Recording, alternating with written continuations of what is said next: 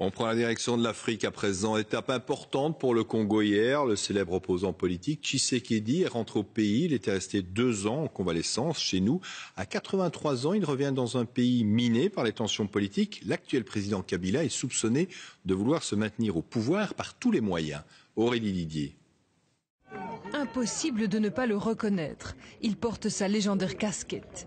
Étienne Tshisekedi est de retour dans la capitale congolaise Kinshasa après 2 ans d'absence. Il est acclamé par des milliers de partisans et plusieurs responsables de l'opposition. C'est l'événement de début du changement dans un pays.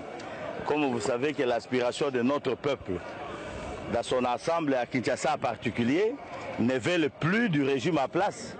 L'opposant politique ne fait pas de déclaration. Il se réserve pour un meeting politique très attendu prévu ce dimanche.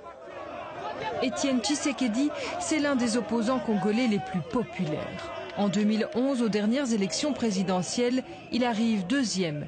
Il conteste le résultat des élections. Mais c'est Joseph Kabila qui conserve le pouvoir. En 2014, Étienne Tshisekedi est victime d'un malaise. Il est évacué en avion vers la Belgique. Il y reste 2 ans en convalescence. Aujourd'hui, il est de retour. Il a 83 ans. Et ses partisans attendent de savoir s'il sera candidat pour une prochaine présidentielle pour faire face à Joseph Kabila. Nous savons que le peuple ne veut plus de Kabila. Pendant 16 ans, il n'y a aucun résultat.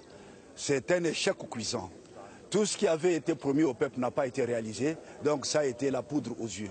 Depuis des mois, le climat politique est tendu en RDC. L'opposition soupçonne le président Kabila de vouloir se maintenir au pouvoir et de briguer un 3e mandat. Or, c'est interdit par la Constitution. Le président tarde à organiser de nouvelles élections. L'opposition congolaise n'a jamais réussi à former un front uni, mais le retour d'Étienne Tshisekedi pourrait peut-être changer la donne.